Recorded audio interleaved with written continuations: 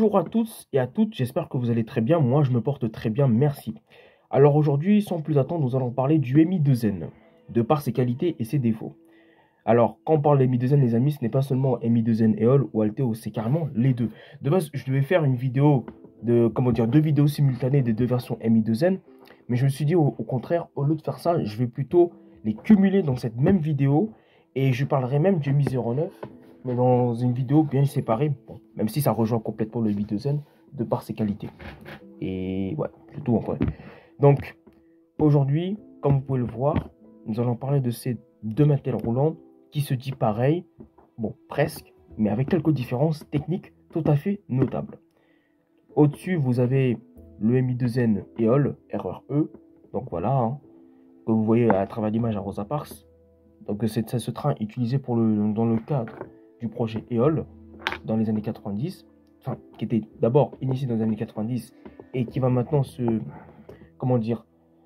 prolonger ou s'étendre encore et encore jusqu'en 2026, jusqu'à Mantes-la-Jolie, mais dans un premier temps ce sera jusqu'à Nanterre-la-Folie. Comme vous avez pu le voir sur les premiers Mi2Zen qui ont pu circuler sur l'axe Nanterre-la-Folie, comme quoi des gens disaient que c'était impossible parce que la pente était trop élevée et forcément pour un Mi2Zen je sais pas moi, de composition train court, c'était pas possible au vu de sa motorisation. Ben oui, vous avez pu voir que c'est possible. C'est juste qu'il y a eu des rumeurs qui ont tourné, mais etc. Donc les amis, les rumeurs ne veulent pas dire réalité. Attention, à ne pas confondre. Là aujourd'hui, vous avez aussi en dessous le Mi2Zen Alteo, version utilisée pour le RRA. Donc voilà, tout simplement. Et je vous ferai de par ses qualités et ses défauts. Je vais commencer par les qualités pour que vous puissiez au moins avoir une meilleure visibilité de ces deux matériaux roulants. C'est parti.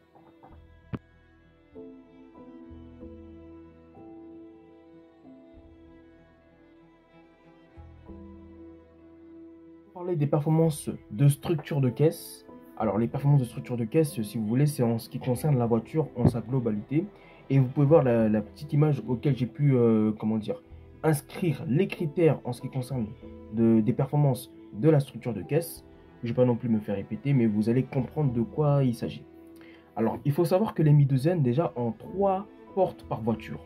Les voitures mesurent quasi 22 mètres de long et il y a 3 larges portes de 2 mètres. Donc, vous imaginez 3 larges portes de 2 mètres qui se séparent d'après une distance de 4,5 mètres de long. C'est entre 4,5 mètres et 5 mètres de long, comme je l'ai pu expliquer la dernière fois dans le RNG vis-à-vis des défauts.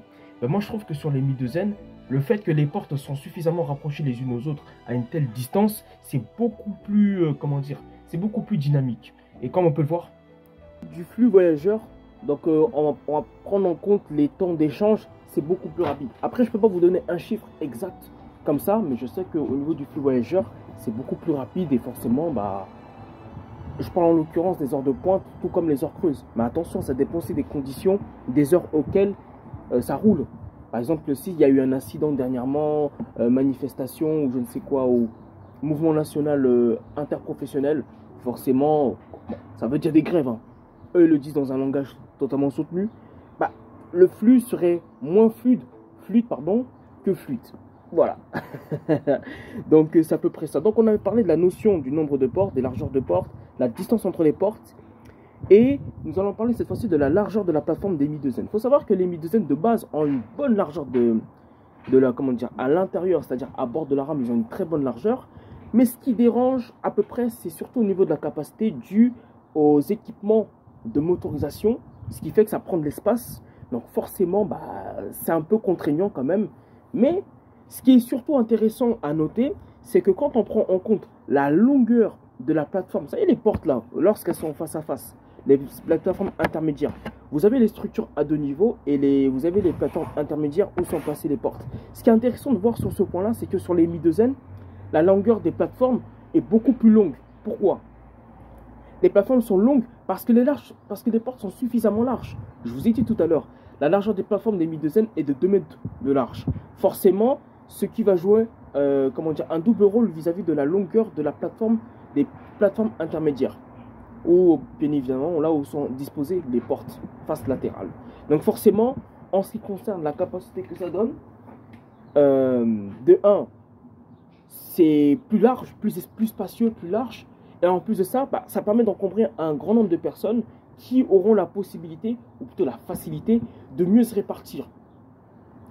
Avec autant de facilité de ce que je vous ai dit tout à l'heure en ce qui concerne les autres critères. Maintenant, on va parler dans la notion de la capacité de personnes. Bah, il faut savoir que pour les Mi2N, EOL et LTO, ça se joue entre 1305 et 1337 personnes à bord. Bon, bien évidemment, on parle de train court. La capacité de place assise se joue entre 1500. Non, je crois que non, c'est pas 1500. C'est. J'allais dire 1500, n'importe quoi. J'allais dire 520 places et à 550 places. Donc, après, pour les Mi2N Alto, ça dépend, parce que ça dépend des versions. Il y a des versions où il y a moins de place, il y en a celles qui en a plus. En général, ça dépend des séries. Je pense que les premières séries Mi2N Alto, il y a plus de place que celles des secondes et troisième séries, puisque le Mi2N Alto se diffère par 3 séries différentes. Maintenant, il faut savoir aussi un autre aspect. Comme je l'avais dit tout à l'heure, et ça c'est une chose importante, le nombre d'accès de répartition. Alors le nombre d'accès de répartition, comme j'ai pu l'écrire, vous avez bien vu, sur les Mi2N Alteo, ça se joue sur 40 accès de répartition. Soit 8 à bord d'une voiture. Pourquoi? Quand on prend en compte les accès de répartition, les amis, on prend en compte le nombre de portes, mais aussi les accès auxquels les portes peuvent mener. Par exemple, sur les Mi2N Alteo, ça mène à toutes les portes. Les deux accès, plutôt pas les deux accès, mais les deux structures à 2 niveaux, parce qu'il y en a 2 de base, il n'y en a pas un, il y en a 2 structures à 2 niveaux qui sont séparées par 3 portes. Vous avez la première structure à 2 niveaux qui mène, alors on va commencer par l'étage dessus, celle qui est au-dessus, ça mène, comment vous appelez ça? Ça mène aux 2 portes, c'est-à-dire celle de l'extrémité gauche et celle du milieu, et également celui du bas. Et si on prend de la structure à 2 niveaux du côté droit, bah ça mène aussi, c'est identique. Donc c'est complètement pareil, ce qui fait que le Mi2N Alto a 8 accès de répartition. Alors que sur les Mi2N EOL, ce qui est dommage, c'est qu'ils en ont 6 dans une voiture, soit 30 à bord de la rame. Pourquoi? Parce que vous avez l'accès du milieu qui ne permet pas, quand on dit l'accès du milieu en général, les gars, c'est les portes du milieu qui ne mènent pas directement à l'accès qui ne mènent pas directement, excusez-moi, à l'étage supérieur. Parce qu'à l'étage supérieur, vous ne pouvez qu'avoir accès aux portes d'extrémité, gauche et droite. Alors qu'au milieu, on ne peut pas monter en haut. C'est exclusivement en bas, où là, les étages du bas peuvent avoir accès sur toutes les portes. Donc, ce qui fait que c'est dommage. Mais pour avoir conçu ça, ils ont conçu ça pour maximiser un nombre de places et pour gagner en capacité de personnes en plus. C'est pour ça que les Mi2N EOL sont légèrement, mais vraiment d'une légèreté, plus capacitaires que les Mi2N Alteo. Hein. Ah oui, hein, c'est pas parce que les Mi2N Alteo roulent sur le RER A que ça fait de lui un métal plus capaciteur que les Mi2N EOL. C'est le contraire. Mais c'est juste que les exigences de ces deux lignes ne sont pas les mêmes. Même si la SNCF veut un peu, on va dire, copier la RATP avec le système XPO et toutes ces fréquentations de train. Bon, ça, on le sait tous, on le voit bien et nous en sommes conscients. Donc, c'est pour ça que je dis que les deux trains ont quand même une bonne partie, c'est-à-dire identique vis-à-vis de ce que j'ai expliqué tout à l'heure, mais avec des différences un peu cachées, je trouve. Là, on va parler du débit de flux. Le débit de flux, les amis, c'est... comment vous appelez ça? En fait, c'est le fait de accueillir et de faire accueillir et sortir quelqu'un, mais sur une porte. Par exemple, sur une porte de 2 mètres de large, vous pouvez à la fois accueillir, bon, on va parler cette fois-ci de accueillir 4 personnes. Donc en gros, vous pouvez aligner 4 personnes sur une porte de 2 mètres de large. Ça peut même pousser jusqu'à 5 personnes s'ils n'ont pas de valise ou je sais pas moi, de sac, etc. Ça peut même aller jusqu'à 5 personnes. Bon, pour les Mi2N, en train court, on peut dépasser les 75 personnes. C'est-à-dire qu'on peut accueillir en même temps 75 personnes ou sortir 75 personnes. C'est beaucoup, les amis. Après, effectivement, en temps normal, il ne faut pas ce type de débit de flux. On ne va pas se mentir non plus quand même. C'est une réalité. Donc, après aussi, un défaut qu'il faut noter sur le RER-E, c'est que les planchers du Mi2N EOL est un peu plus haut contrairement à celui du quai. Ce qui fait que la marche va être à la fois montant et à la fois descendant. C'est dommage. Mais ça, ça dépend aussi du profil, encore une fois, ça dépend du profil voyageur. Si c'est pour les personnes lambda, ceux qui sont debout, ceux qui marchent très bien, etc., pour eux, ça ne pose pas un vrai problème. Mais pour ceux qui sont handicapés ou encore à mobilité réduite, bah, ça poserait, quelque part, ça serait une complexité. Donc, ça poserait problème. comment dire, ça diminue un peu le flux voyageur, mais toutefois, ça restera toujours plus rapide qu'une Z58 000 ou une Z50 000. Donc ça, on a parlé de ça. Maintenant, la vitesse d'ouverture et de fermeture des portes. Alors, ceux des Mi 2N Alteo, je ne sais pas si c'est mon ressenti, mais je trouve que les systèmes de mécanisme des portes des Mi 2N Alteo se fatiguent de plus en plus. Jusqu'à même que quand on ouvre une porte, limite on est obligé de tirer les portes, malgré le dysfonctionnement, pas du capteur. Il y a quand même, on va dire, un dysfonctionnement du capteur électronique. Mais il y a aussi, on va pas se mentir, un problème au niveau du mécanisme, là où les portes s'ouvrent et se ferment. Sur les Mi 2N Alteo, je trouve que c'est un peu dommage. Il faut revoir un peu cette notion au niveau de la maintenance. Alors que sur les Mi 2N EOL, pardon, ouais, tout à fait EOL, bah, en général, les portes s'ouvrent normalement vite et ça se ferme rapidement. Et ce qui est bien sur les Mi 2N, c'est qu'en parlant de système de fermeture des portes, c'est que sur les Mi 2N Alteo et EOL, bon, comme c'est les mêmes, il faut savoir que pour les deux Mi 2N, vous avez les capteurs, bah, comme je vous ai expliqué sur le principe du RNG vis-à-vis du capteur des portes, bah, faut savoir que pour le Mi 2N, excusez-moi, bah, faut savoir que le capteur va ordonner à ce que quiconque, parce que ça, tout ça, en fait, les gars, il faut savoir que c'est étudié par un programme traité dans un logiciel. Donc le programme, c'est dans un logiciel traité par des ordinateurs, d'accord? Mais il faut savoir que le programme exige à ce que si jamais quelqu'un tenterait de bloquer la porte, il y aurait une force, en gros, quelqu'un qui pourrait forcer le blocage, en gros quelqu'un qui vous tenterait de bloquer la porte, bah, les portes vont se forcer à se fermer et lorsque le contact humain, c'est-à-dire le fait qu'une personne bloque la porte, lâche complètement, les portes vont se fermer rapidement et de façon brutale. Pourquoi? De façon à rattraper le temps perdu et de partir rapidement. Alors que sur les RNG, c'est plus de la sécurité, le fait qu'on veut doubler la vitesse de fermeture des portes pour éviter que quelqu'un ne reste coincé entre les portes. Par contre, les amis, faites attention. Si vous vous retrouvez, par exemple, quelqu'un qui bloque les portes et que la personne lâche les portes et que malheureusement, vous vous trouvez au moment, c'est-à-dire à la zone auquel les portes vont se fermer brutalement et vite, faites attention, vous pouvez vous faire très mal. Il n'y a pas longtemps de cela, sur le RER A, il y a quelqu'un qui a fait une hémorragie parce que son bras est resté coincé au niveau des portes. Et comme par hasard, c'était un Mi 2N.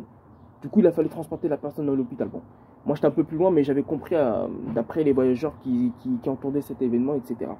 Donc, nous avons fini le thème de la performance structurale de caisse. Les Mi 2N sont toujours dynamiques, sont toujours plus rapides et sont toujours plus, voilà, quoi, comment on a pu le dire, plus fluides. Mais on va pas se mentir que sur le RAE, c'est un petit peu moins que ce qu'on pose sur le Mi 2N Alteo. Si on fait une comparaison entre les deux. Maintenant, on passe à la seconde étape. C'est parti.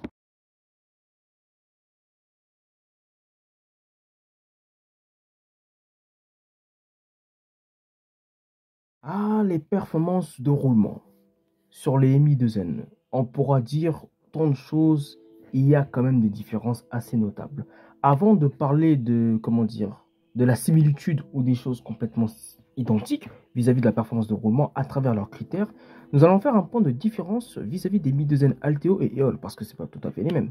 Mais il faut savoir que sur l'accélération, les Mi 2N sont beaucoup plus, enfin pas beaucoup plus, mais ils sont un peu plus fluides que ceux des Mi 2N et EOL, pouvant littéralement quitter ou plutôt libérer un quai sur une longueur de 225 mètres de long à 70 km/h, alors que sur les Mi 2N EOL, c'est à 60 km/h. Pourquoi? Parce qu'il y a une différence de motorisation du fait que le Mi 2N Alteo dispose de 12 moteurs, soit 6 bogies moteurs, alors que le Mi 2N EOL n'en dispose que 4 bogies moteurs, soit 8. Par contre, il faut faire attention que la puissance fournie d'un moteur sur un Mi 2N EOL est plus puissante que celle d'un Mi 2N Alteo. Ça veut dire que si les Mi 2N EOL auraient eu 2 bogies moteurs en plus, ils seraient plus puissants et fournissent une accélération et un freinage un peu plus volumineux que contrairement à celui du Mi 2N Alteo. Pourquoi n'ont-ils pas fait?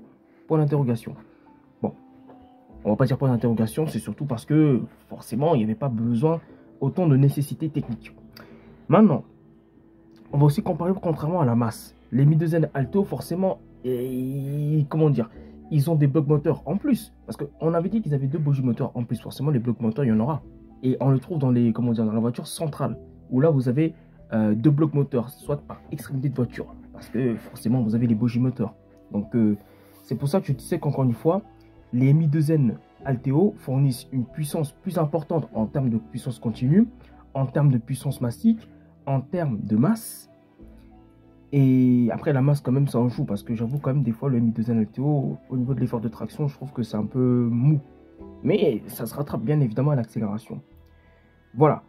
Mais la puissance du moteur, par contre, est complètement différente. Celui du Mi2N Eol ont des moteurs avec une puissance de 450 kW, alors que ceux du Mi2N Alteo, ça se joue à 325 kW, les amis. Et la différence est assez grande, quand même. Donc, maintenant, on va parler de la similitude, voire les choses qui sont complètement identiques.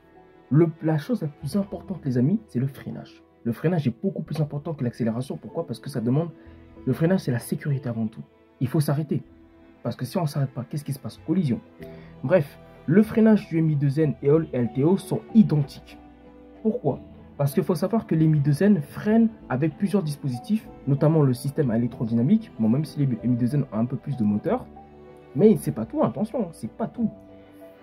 Ils freinent aussi avec le système de récupération d'énergie qu'on appelle le régénératif. Donc les Mi2N Eol et Alteo n'ont que deux dispositifs, soit deux au niveau de leur capot, c'est-à-dire au-dessus, donc toiture, c'est-à-dire au-dessus de la voiture pilote, juste au-dessus du poste de conduite, avec la clim spécifique pour les conducteurs. Ensuite, ils ont la même force de traction, c'est-à-dire l'effort de traction, en gros le fait que les moteurs fournissent du couple pour pouvoir effectuer une traction volumineuse ou faible, ça dépend. Et vous avez aussi la force de réaction. Les amis, qu'est-ce que c'est la réaction? La réaction, si vous voulez, c'est lorsque le train est en mouvement. Par exemple, vous avez le conducteur qui va mettre, je sais pas moi, son manipulateur au freinage. Et bien, quand le conducteur va mettre le manipulateur au freinage, il y a un champ magnétique au niveau des câbles qui va se transiter au niveau d'un câble. Il va, comment dire, il va être transité jusqu'aux équipements de traction, c'est-à-dire le moteur, etc. Et ça va renvoyer une information électronique comme quoi le train va réagir simultanément à la commande exigée, que ce soit à l'accélération et au freinage. C'est pour ça que vous avez sur les Mi2N Alteo et Eol, leur réaction est simultanée et violente. Et c'est par rapport à ça que je vous expliquerai dans les lignes qui suivent. Parlant encore des équipements de freinage, vous avez notamment le freinage, on l'avait dit, électrodynamique, régénératif, mais aussi le freinage à disque, c'est-à-dire le freinage pneumatique. En gros, ceux des Mi2N, bon, c'est classique, hein, vous avez la semelle qui se trouve au niveau de la bande de roulement. Vous avez la roue, la face de roulement, surface de roulement, le bandage et le boudin. Donc le bandage et le boudin, c'est ce qui permet de garder la stabilité de la roue sur le rail. Voilà quoi. Alors que la bande de roulement, c'est celle qui restera en contact. C'est ça qui fait que la roue est en contact sur le rail. Voilà. Donc vous avez la semelle à sabot qui, comment dire, qui est face et qui s'appuie contre la base de roulement ou la surface de roulement afin de faire frotter les roues et de les freiner. Ce qui va créer des grammitures. D'accord? Et on avait parlé du système pneumatique, mais aussi les cylindres de frein qui sont beaucoup plus gros sur les Mi2N. Maintenant, en parlant notamment aussi de, comment vous appelez ça, du freinage à patins électromagnétiques. Oui, il faut savoir que les Mi2N ont 10 bogies qui sont complètement identiques, mais que voilà, les bogies n'ont pas tous des équipements moteurs. Voilà. Il faut savoir que les Mi2N, on va dire sur, ouais, tout à fait, les Mi2N, ils ont 10 bogies, peu importe la version. Et dans tous ces bogies, sont des patins électromagnétiques. Ce qui fait qu'en cas d'urgence, les patins vont se baisser. J'ai déjà expliqué le principe ça. Par rapport au RERNG, ça pourrait se baisser. Enfin, ça se baisse lorsque vous activez le frein d'urgence. Ça va se baisser et ça va frotter contre la voie, ce qui fait que vous gagnez en adhérence et vous gagnez en termes de puissance. Et ce qui fait que la puissance que ça peut donner, déjà au niveau de la réaction, elle sera tellement forte que vous la combinez avec la puissance que ça va donner au freinage, qui est encore plus élevé que le freinage de service. Dites-vous que les amis, ça freine très fort. Donc ça freine super fort et limite ça peut même casser un rail si je peux dire ça comme ça. Donc c'est pour ça que je vous disais que les Mi2N c'est vraiment l'outillage de technologie sur le freinage qui a été vraiment bien appuyé, surtout dans les années 2000. Parce qu'il faut savoir que le Mi2N est une rame qui freine avec de la technologie pure électrique. Ça veut dire que c'est pas un train comme vous voyez sur les Z20, les Z2N, les Z50 000 ou autres. Eux c'est vraiment du pur électrique. C'est pour ça qu'on dit qu'ils ont une CG blanche. De base, la CG, c'est la conduite générale, comme on dit, utilisée surtout pour les freins pneumatiques. Mais sauf que sur les Mi2N Eole et Alteo, ils ont un système de ligne de commande électrique où là, c'est vraiment du pur freinage électrique qui est fourni par le frein dynamique et autres dispositifs comme le régénératif, les patins électromagnétiques, etc. Et il faut savoir aussi que d'ailleurs, parce qu'il y a d'autres systèmes qui ont été ajoutés de par les Mi 2N Eole, les Mi 2N Eole disposent aussi d'un système d'automatisme de freinage. Pour les Mi 2N Alteo, ils ont juste gonflé, bon, pas gonflé, mais ils ont juste agrandi les plaquettes pour qu'elles soient beaucoup plus grosses et pour que et pour que le freinage soit encore plus réactif aux pneumatiques et plus puissante. Mais sur les Mi 2N Eole, c'est un peu plus différent. Eux, ils ont un système d'automatisme de freinage qui va permettre à ce que le train puisse freiner en combinant. En fait, il y a une. Comment dire, le système régénératif et électrodynamique freinent ensemble. Donc, en gros, ils essaient de combiner. Mais vous avez aussi un système de freinage un automatisme de freinage qui va accompagner le freinage électrique et électronique, parce que le freinage électrodynamique, c'est fourni par le moteur, et le moteur, c'est complètement électronique. Et ça va permettre de faire freiner le train, de freiner le train en puissance électronique et électrique.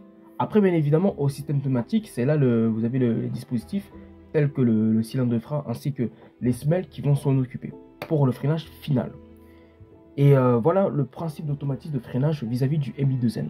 Et chose que vous devez le savoir, et c'est une chose très importante, les Mi2N, Mi09, mais on va parler surtout des Mi2N, lorsqu'ils sont en freinage d'intensité maximale sur un quai de 225 mètres de long, ont la capacité d'effectuer des vitesses d'entrée de gare de freinage à 90 km/h. Donc dites-vous les amis que c'est énorme. Lorsqu'ils sont vraiment au max de leur service, ils peuvent faire un freinage 4 sur 4, c'est-à-dire l'intensité 4 sur 4, l'intensité maximale du freinage, et ils peuvent le décélérer lorsqu'ils arrivent même à peine à 90 km/h.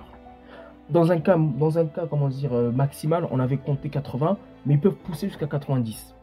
Sur le RRA, lorsque vous utilisez le SACEM, c'est en général 80, mais quand vous allez dans certaines gares, bon, ça dépend vraiment des conducteurs manient la conduite, forcément, ça peut aller jusqu'à 90.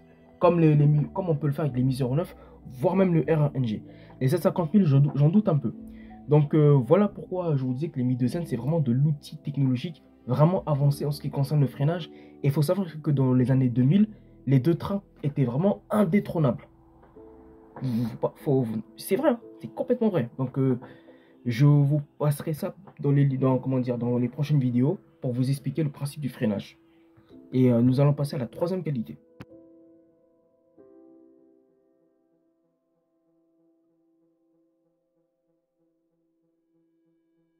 En ce qui concerne la sécurité, bien évidemment, les Mi 2N Alteo et Eole n'ont pas une énorme sécurité pour les voyageurs. À part les Mi 2N Alteo qui disposent des dispositifs au niveau des plans ASVA, vous avez les plans lumineux là, en couleur jaune-orange là, qui illuminent lorsque le train arrive à un arrêt.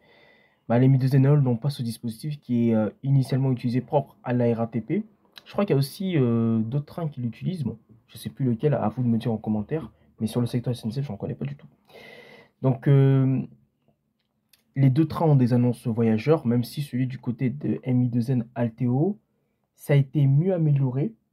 Enfin, non, ça n'a même pas été mieux amélioré. C'est des annonces qui sont un peu multilingues et plus précis. Alors que sur les Mi 2N Eole, c'est plutôt des vieilles annonces qui sont là depuis les années 90. Et que, bon, c'est toujours nécessaire d'avoir des annonces. Mais bon, je trouve qu'il faudrait améliorer. Mis à part certains qui ont subi une amélioration au niveau de la signalisation, que je vous enverrai la vidéo. Comme ça, vous allez pouvoir entendre la nouvelle signalisation en ce qui concerne les Jeux Olympiques des Mi 2N Eole. Alors, les deux trains, malheureusement, n'ont pas de vidéo de protection. C'est ça le vrai problème sur les Mi 2N. Ils n'ont pas de vidéo de protection, c'est dommage. Et on parle de la sécurité, mais on va aussi parler du confort. Le confort sur les deux rames ne sont pas au rendez-vous. Pourquoi? Parce qu'elles n'ont pas été conçues initialement pour le confort, mais pour la performance, la capacité et aussi un minimum de sécurité. On va en parler même celui de la conduite. Alors celui de la conduite vis-à-vis des Mi 2N Alteo, c'est plus différent que celui des Mi 2N Eole. Celui des Mi 2N Alteo dispose des dispositifs qu'on appelle le KCVB, donc le contrôle de vitesse par balise continue, alors que sur le KVB, c'est le contrôle de vitesse par balise, mais guidé par ce qu'on appelle la RPS. La RPS, si vous voulez, c'est la répétition ponctuelle des signaux. On le surnomme crocodile. Donc, par rapport à la RATP, non pas ce dispositif-là, donc c'est du pur KCVB. Donc, vous avez beaucoup plus de balises. En fait, les balises comment dire, les KCVB, on va dire, les balises sont assez proches les unes aux autres pour ne pas comment dire, pour ne pas en bénéficier du système RPS. Mais notamment, les Mi2N Aldeo sont compatibles au système SACEM, qui est un dispositif CBTC, donc un système à l'aide à la, comment dire, un système à l'exploitation, à la conduite des trains. Donc, je ne suis pas en train d'expliquer l'acronyme, non, non, mais je suis en train de dire que c'est un système qui permet à ce que les trains puissent rouler de façon autonome au niveau de la conduite, mais qu'au niveau de la sécurité, les portes, etc., c'est dirigé par le conducteur lui-même. Donc, c'est pour ça que il y a aussi un système qui va être dérivé, le Nexteo, qui viendra sur le R1E, mais qu'il n'est pas prévu que les Mi2N soient compatibles, même s'il peut l'être. Attention, le Mi2N peut être compatible au système. Pourquoi? Les Mi2N peuvent être compatibles au système, que ce soit SACEM ou Nexteo. D'ailleurs, même je vais venir à ce sujet parce que beaucoup de gens ne comprennent pas. Et pour les Mi2N EOL, pour les systèmes de sécurité de conduite, bon, on va pas se mentir, ils ont, comment on appelle ça? Ils ont quoi? Ils ont le KVB et le RPS, en gros crocodile. Et c'est tout, hein. Ah ben c'est tout, vous voulez quoi de plus? Ils ont que ça. Donc, ouais, je sais pas, il n'y a pas autant de sécurité de conduite. Après, voilà quoi. Maintenant, vis-à-vis des Mi2N EOL, alors les gens commencent à me dire, oui, les Mi2N EOL ne sont pas compatibles avec le SACEM parce qu'il faut plus de motrices, etc. Désolé du terme, mais vous dites n'importe quoi. Vous dites n'importe quoi. Pourquoi le Mi2N EOL peut être compatible au système SACEM? Je ne dis pas qu'il va l'être. Non. Je dis il serait capable d'être compatible au système. Pourquoi? Parce que si vous remarquez bien, les systèmes embarqués et la compatibilité électromagnétique des Mi2N Alteo, c'est la même sur les Mi2N EOL. Je vous ai dit, les deux rames ont été conçues de la même technologie et des mêmes équipements, à part le fait qu'il y a eu des différences vis-à-vis des entreprises qui ont voulu concevoir, enfin, qui ont voulu commander un matériel différent de leur, comment dire, qui répondent aux exigences des lignes auxquelles ils roulent. Mais sinon, quand on parle de la technologie pure des Mi2N EOL et Alteo, c'est pareil. Les Mi2N Alteo ont la même, comment dire, compatibilité électromagnétique. En gros, vous avez des câbles, des longs câbles électroniques, avec un IHM, on appelle ça l'interface homme-machine, et tous les dispositifs qui constituent le TCMS, en gros les systèmes embarqués, les amis, c'est identique à celui du Mi2N EOL, pardon. Déjà, comparer comment ça s'appelle ça, la cabine de conduite entre un Mi2N Alteo et EOL, c'est pareil, c'est exactement les mêmes. Après, il y a quelques différences notables sur certains dispositifs, mais sinon, sur le fonctionnement classique, c'est les mêmes. Voilà, c'est ça les amis. C'est pour ça que je vous disais que les Mi2N Alteo, ou plutôt les Mi2N EOL, peut être tout à fait compatible au système SACEM. Parce que, comme je vous ai expliqué tout à l'heure, et forcément pour l'intégrer, il faut l'interconnecter avec comment vous appelez ça, le dispositif de capteur-récepteur qui est déjà utilisé pour le KVB, excusez-moi, et le RSO. Non, RSP, pardon. Le RSP. Et après, il faut l'intégrer avec la compatibilité électromagnétique, en gros le dispositif propre lui-même, le même qu'on utilise pour le Mi2N Alteo. Il faut l'intégrer dans l'IHM du Mi2N EOL et le faire, comment dire, et le raccorder grâce à des câbles en créant des dispositifs pour l'utilisation de ce dispositif et réaliser des essais dynamiques pour voir ce que ça donne. Et bien ce serait le même principe si on pourrait le soumettre au Nexteo. Donc c'est pour ça que je vous disais que les Mi2N EOL compatibles au Nexteo ou même au, comment on appelle ça, au SACEM, mais ça serait faisable normalement. Quand je dis normalement, c'est-à-dire que avec toute la technologie que dégagent les Mi2N EOL, même si ça date des années 90-2000, on va dire fin 90, 99-2000, bon, ça peut, voilà, c'est proche, bah, c'est complètement compatible. Donc voilà les amis, c'est pour ça que je vous dis que pour les Mi2N EOL, c'est juste que la SNCF ne les utilise pas en, comment dire, en leur maximum. Mais sinon, si on regarde pas dans un point de vue technologique, les Mi2N, on peut leur intégrer pas mal de choses importantes. Après, le TCMS, le TCS, comme on peut le voir sur le RNG, c'est faisable. Mais le problème, c'est est-ce qu'il y aurait de la place pour pouvoir mettre en place des écrans informatiques pour le traitement de l'ETCS? À voir s'il y a de l'espace ou si on peut créer un espace exprès pour que ça n'encombre pas toute la cabine. Mais logiquement, c'est faisable. Est-ce que c'est facile? Je ne dirais pas facile, mais c'est dans un cas applicable, ça se le fait. Maintenant, faut voir aussi, est-ce qu'il y a un coût? Est-ce que le coût nécessitant la mise en place serait trop onéreux?